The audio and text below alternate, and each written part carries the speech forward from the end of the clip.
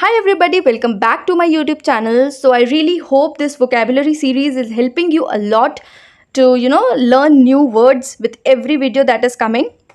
तो अगर आपने चैनल को अभी तक सब्सक्राइब नहीं किया है तो please subscribe it because we are learning new words and you can't miss on that right.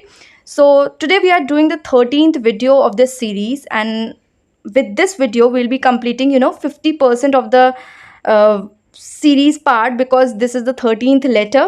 And I'm really glad about this. Let me know your feedback on this series through likes, shares and comments in this particular video. I'll be glad to hearing that. Yeah. So today we'll be learning words that start with letter M, as you can see this, and don't miss any word because every word is important, I guess. And with this, let's start on today's video. So the very first word that we'll be learning today that starts with the letter M is macabre. इसका pronunciation थोड़ा difficult है, that's why I'll pronounce it slowly so that you can grab it, and it is macabre. Okay, macabre, which is an adjective which means gruesome, unpleasant or frightening. Something which is horror, कुछ डरावना या ऐसा कुछ जो बहुत भयानक सा हो, that is termed as macabre. It can be referred to any moment or any scene in the movie or something like that which is very frightening. ठीक है, so that can be described, that moment or that scene can be described as macabre. Let's see the example मैंने बहुत real life रखे हैं जो आपको बहुत easily समझ में आ जाएंगे. So the example here is the macabre scene in the horror movie sent shivers down my spine.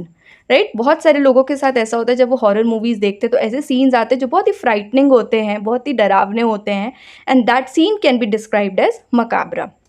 Moving on to the next word for today, that is magnate. It is a very common word, most of you would be knowing. It is a noun. Let's see the meaning. A person of rank or wealth or of power, ठीक है, an industrialist. So basically ऐसा व्यक्ति जो बहुत he has or she has so many riches, glories, बहुत पैसा है, बहुत पावर है, और बेसिकली ये हम बिजनेस और इंडस्ट्रियलिस्ट पर्सन के लिए यूज़ करते हैं. और बहुत सारे लोग पता है किसी एक सेक्टर में बहुत पावरफुल होते हैं. For example Gautam Adani is referred as the coal magnate. Okay, जहाँ पे बहुत सारी न्यूज़ आर्टिकल्स में मैंने उनको कोल मैग्नेट की तरह रेफ़र किया हुआ है उन आर्टिकल्स में. सो जहाँ मैंने रीड किया है मैं उसका एग्जाम्पल आपको बता रही हूँ so that you can understand. So when somebody is very knowledgeable और has very much power in particular sector, तो वो उस सेक्टर का मैग्नेट कहलाता है. Okay, so let's see the example. थोड़ा अलग एग्जाम्पल यहाँ पे डाला मैंने, द टेक मैग्नेट. अब टेक मैग्नेट मतलब जो टेक्नोलॉजी के क्षेत्र में बहुत पावरफुल है. ठीक है, तो so the tech magnet revolutionised the industry with ground breaking innovations. ठीक है, तो अभी भी इन दिनों में टेक्नोलॉजी में इतने सारे इनोवेशंस हो रहे हैं, right, and the tech magnet revolutionised the industry. Sorry थोड़ा सा यहाँ पे गड़बड़ हो रही है बोलने में, but I hope you understand this. Okay, so if you're feeling any doubt, just feel free to comment down, है ना. Okay, the third word here is malingerer. Malingerer is a noun. इससे आप बहुत ज़्यादा relate करोगे, right? जब हम let's see the meaning, then मैं describe करती हूँ इसको. Okay, it's a noun and it means a person who pretends or feigns sickness in order to avoid duty or work. अब तक आपको समझ में आ गया होगा, बट इफ़ नहीं समझ में आया तो लेट्स मेक इट ईजी. जब हम छोटे होते हैं, राइट, स्कूल जाते होते हैं, सो वी प्रिटेंड कि यार आज फीवर है, आज पेट में दर्द है, आज सिर में दर्द है, स्कूल नहीं जाना है. We tell to our mother. ठीक है, so that type of person है ना, जो सिकनेस का, इलनेस का बहाना करके ड्यूटी या काम को अवॉइड करते हैं, that person is referred as malingerer. Okay, so let's see the example here. ये जो बचपन का एक स्कूल वाला एग्जाम्पल है, that is very famous example, I guess सबने किया होगा. Now here example that I have mention, let's study that. Okay, so the coach had no patience for players who acted like malingerers pretending to be injured during crucial matches. तो आपने देखा होगा coaches जो होते हैं different games के कितने strict होते हैं टुवर्ड्स देयर गेम, राइट. तो ऐसे प्लेयर्स की यहाँ पे बात की जा रही है जो बोल देते कि मेरा पैर इंजर्ड है, हाथ इंजर्ड है, क्रूशियल मैचेस चल रहे हैं, बट वहाँ पे मैच नहीं खेलने के लिए वो लोग ये बहाने करते हैं. they are referred as malingerers here in this example. Okay, I hope you understand that. Moving on to the fourth word for today, that is mammoth. Mammoth is an adjective. It is also very common word. काफ़ी जगह काफ़ी papers में ये और even your reading comprehensions में ये word देखने को मिलता है. So it means huge, enormous, gigantic, या massive. So something that is very large, very huge. ठीक है, काफ़ी होता है, बहुत मैसिव होता है, बड़ा होता है, that is mammoth. So let's see the example. बहुत बढ़िया एग्जाम्पल समझ में आ जाएगा. The companies mammoth profits. Mammoth profits मतलब बहुत ज़्यादा profit, huge profits, surpassed all expectations this quarter. तो यहाँ पे ऐसे प्रॉफिट्स की बात कर रही है जो बहुत ज़्यादा है, पिछले क्वार्टर से भी ज़्यादा, एक्सपेक्टेशन से भी ज़्यादा कमा लिया है कंपनी ने. So that's why these profits are being referred as mammoth. Okay, I hope you get that. Moving on to the fifth word for today, and that is mendacious. Mendacious is an adjective which means inclined to be untruthful, yeah, lying. You know, to make it simple for you, let's say कि जब बहुत सारे लोग ना बना के बातें बताते हैं जो कि सच नहीं होती हैं, वो अपने ही इमेजिनेशन करके दे फेकू टाइप के कि चीज़ें बताते हैं जो कि सच नहीं हैं. They lie about the fact, they lie about the जो भी वो बोलते हैं. So that is referred as mendacious. ठीक है, जो बातें सच नहीं होती हैं, बनावटी होती हैं. और so let's see the example. It was disappointing to discover that my friend had been telling mendacious stories to make herself appear more interesting. बहुत सारे लोग ऐसा करते हैं, है ना. They speak about things और ऐसी बातें बताते हैं, ऐसे इंसिडेंट्स बताते हैं जो उनके साथ रियली में होते नहीं हैं, but to gain attention sometimes, है ना, या फिर क्राउड में अपनी जगह बनाने के लिए ऐसी ऐसी बातें करेंगे जो उनके साथ हुई नहीं होते. मतलब इट इज़ बेसिकली लाइंग. तो वैसी स्टोरीज़ को यहाँ पे मेंडेशियस बोला गया है. Okay, I hope you get this word. तो देखो, जो भी हमारे आसपास चीज़ें होती हैं उनके लिए एक वर्ड है specific, right, but we don't know that. So कभी भी आपके एग्जाम में कभी भी आए या यूज़ हो कहीं पे, या आप कभी यूज़ करो, because practice is the key. तो इन वर्ड्स को यूज़ करते रहें so that we can remember it. Okay, sixth word for today is mellifluous. Mellifluous is an adjective. It means melodic, sounding harmonious and smooth, pleasant, something which is very pleasant, very melodious, like sound of a nightingale, right? So that is referred as mellifluous.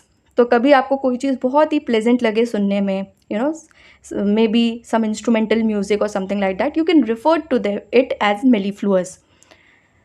Moving on to the example, the lullaby sung by the mother. Lullaby means the lori, जो songs गाती है mother, had a soothing and mellifluous quality, calming the restless child. ठीक है, very sweet example. Everybody can relate to this and try using this word, है ना, काफ़ी जगह ये यूज़ हो सकता है. Coming on to the seventh word for today, that is metamorphosis. ठीक है, थोड़ा सा जल्दी बोलने में गड़बड़ हो सकती है, but try to speak it slowly, you will get it. Metamorphosis, it is a noun which means change और ट्रांसफॉर्मेशन, राइट. जैसे हम कैसे छोटे थे, बच्चे थे, फिर धीरे से हम बड़े हुए, एडोलेसेंट स्टेज में आए, टीनेज स्टेज में आए, then we are now adults. ठीक है, तो इस तरीके से जो चेंज हो रहा है, जो ट्रांसफॉर्मेशन हो रहा है बॉडी में, या फिर बहुत सारे एनिमल्स ऐसे हैं जो ट्रांसफॉर्म करते हैं. Everything changes and transforms with time. So that process is referred as metamorphosis. Let's see the example. यहाँ पे मैंने एग्जाम्पल दिया है बटरफ्लाई का. हमने साइंस की बुक में बटरफ्लाई का पूरा स्टेज देखा है ट्रांसफॉर्मेशन का. एग्स होते हैं, फिर लार्वा होता है, तो उस तरीके से वो पूरा ट्रांसफॉर्म करती है into a beautiful butterfly. So I have taken an example here. The butterfly undergoes a remarkable metamorphosis from a caterpillar to a beautiful winged creature. Right? So I hope you get this word. Moving on to the eighth word for today, that is milieu. Milieu is a noun. It means your neighborhood, your environment, your surrounding in which you are living, the physical or social setting. तो आप कहीं रह रहे हो, कहीं पे गए हो, वहाँ का जो इन्वायरमेंट है, वहाँ का जो सराउंडिंग है, फिजिकल और सोशल सेटिंग जो है वहाँ की, that is termed as milieu. Let's see the example, you will get it. Growing up in a multi cultural milieu, मतलब let's see the example, then I will explain it. Okay, so growing up in a multicultural milieu, she developed a deep appreciation for diversity and inclusion, right? So हम जिस तरीके के environment में पले बड़े होते हैं, जिस तरीके के physical और social setting में हम रहते हैं, उस तरीके से हमारे beliefs, हमारे values, हमारी thinking उस तरीके से डेवलप होती है. So that is the example है कि कोई मल्टीकल्चरल जहाँ पे बहुत तरीके के लोग हैं, multicultural milieu, multicultural environment. That's why she developed a deep appreciation for diversity and inclusion. So very simple example, बहुत सारी जगह ये example देखा जा सकता है, ठीक है, and you can even use it. Moving on to the 9th word for today is misnomer. Again a very common word, और काफ़ी जगह ये भी आ जाता है कहीं कहीं पे. Misnomer is a noun. It means of misnaming a wrong or unsuitable name. जब हम किसी चीज़ को एक अनसूटेबल नाम दे देते हैं, वो है किसी और तरीके का लेकिन हम उसको नाम कुछ और दे देते हैं, that is termed as misnomer. गलत नाम दे देना किसी को. लेट्स सी द एग्जाम्पल से बहुत बढ़िया समझ में आएगा. मिसनोमर आप इंटरनेट पे सर्च करोगे, काफ़ी सारे एग्जाम्पल्स ऐसे मिलेंगे जो बहुत अच्छे से समझ में आ जाएंगे. यहाँ पे मैंने एक बहुत कॉमन सा एग्जाम्पल डाला है, ईजी सा. Calling the tomato a vegetable is a misnomer. Why? Since it is scientifically classified as a fruit, है ना. काफ़ी जगह ये हमने पढ़ा है कि tomato is not a vegetable, rather it is a fruit. तो एक ये मिसनोमर हो गया, राइट. उसको हम वेजिटेबल बोल रहे हैं बट साइंटिफिकली देखा जाए तो it is a fruit. So इस तरीके के काफ़ी सारे एग्जाम्पल, इंटरेस्टिंग एग्जाम्पल्स मिलेंगे.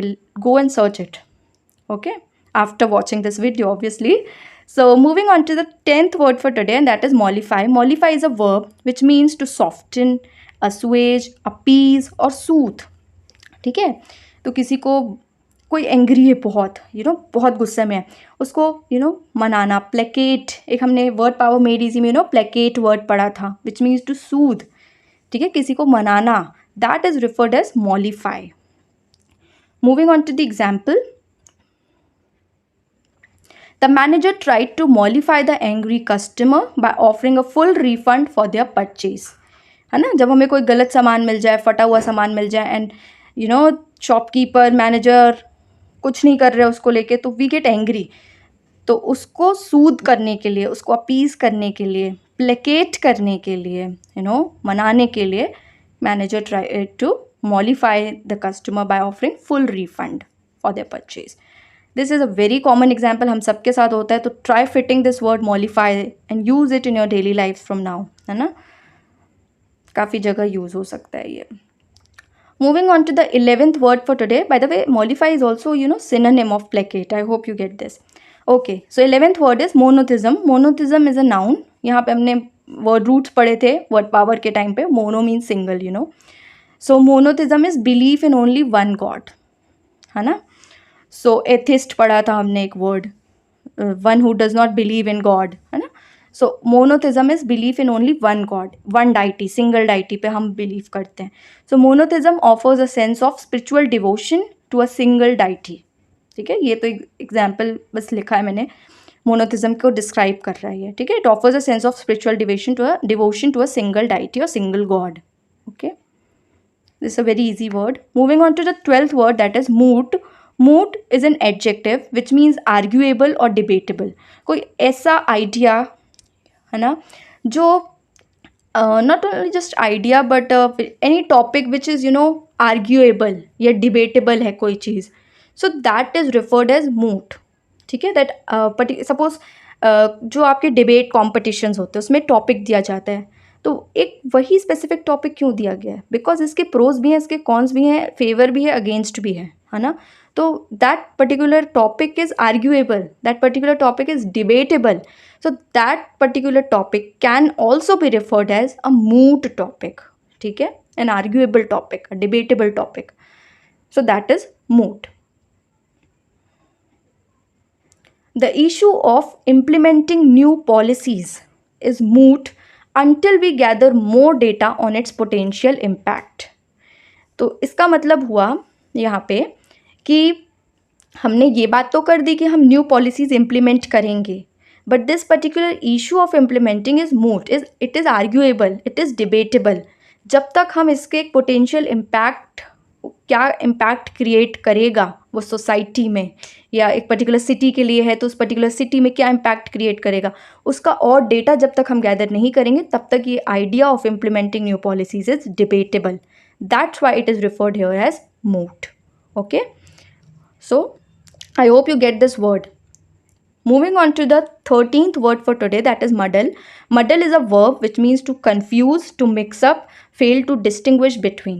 तो जब हम कोई चीज़ बहुत mesअप कर देते हैं, बहुत confuse हो जाते हैं, और distinguish ही नहीं कर पाते हैं इसको, एक चीज़ को दूसरी चीज़ से, that is referred as muddle. Let's see the example. बहुत बढ़िया से समझ में आएगा. The teacher's unclear explanation left the students in a muddle, unsure of how to solve the math problem. Again a very real life example. मैंने काफ़ी बार ये face किया है, आप सब ने भी किया होगा. जब टीचर ढंग से समझा नहीं पाता है, स्पेशली इन मैथ्स होता था मेरे साथ, तो बहुत कंफ्यूज हो जाते थे कि ये नंबर कहाँ से आया है, राइट, ये स्टेप कहाँ से आया है, and we created a chaos, confusion in our minds. That is referred as muddle. ठीक है, in a confused state. When you are in confused state, that is referred as muddle. Moving on to the 14th word is mundane. Mundane is an adjective, a very common word which means earthly, worldly या ordinary. जो हर मतलब पूरे world में सबका यही चल रहा है, something very which is very ordinary, dull. ठीक है, that is referred as mundane. कोई चीज़ हम बहुत टाइम तक करते रहते हैं उसी सेम तरीके से, तो वो हम बोलते हैं ना, उसको हम मंडेन बोलने लगते हैं, वेरी बोरिंग, वेरी डल, कुछ नया नहीं है. So that is mundane. Let's see the example. The office job was mundane and repetitive with little opportunity for creativity. तो सबसे बढ़िया एग्जाम्पल इसका ऑफिस जॉब हो जाता है ना, क्योंकि it is mundane and repetitive, और बहुत सारी जगह हमें फिर ऑप्शन नहीं मिलता है to try something new, to be creative. So that the job can be referred as mundane. Moving on to the 15th word for today, that is muster. Muster is a verb which means to gather or collect. ठीक है, तो जब कोई चीज़, जैसे हम thoughts भी बहुत gather करते हैं, कलेक्ट करते हैं, काफ़ी लोगों से सुनते हैं, that can be referred as muster. Let's see the example. तो ज़रूरी नहीं है कि जब हम चीज़ें कलेक्ट करें तभी मस्टर होगा. For example, here in this, he struggled to muster the courage, to speak in front of a large audience. Obviously, यहाँ पे muster का मतलब हुआ gather. तो लोगों के सामने बोलना, पब्लिक स्पीकिंग के लिए बहुत करेज इकट्ठा करना पड़ता है, गैदर करना पड़ता है, right. So that's why the word gather here is referred as muster. Okay, I hope you get this. Moving on to the assignment part of the day, which you have to do, and next 5 words for your assignment today are manifest, maverick, meander, mincing and myriad. कुछ words तो easy हैं and some words are difficult, so you can go search them. Let me know their meanings with examples. That will be well and good. So all the best for your assignment part. Thank you for watching and staying with us. See you in the next video. And yes, if you like the video, then please don't forget to like, share and subscribe to the channel. And see you in the next video then. Till then, take care, stay safe. Happy learning.